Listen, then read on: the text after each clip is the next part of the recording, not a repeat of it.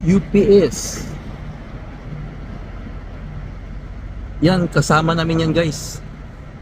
Isa lang yung may-ari ng company namin sa UPS. Ang may-ari is TFI.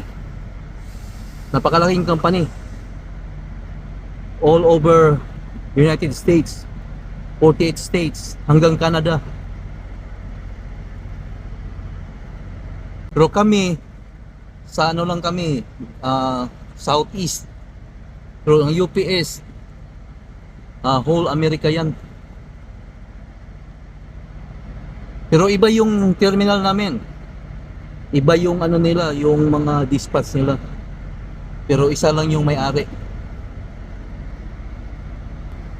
Ang TFI, maraming company na hinawakan.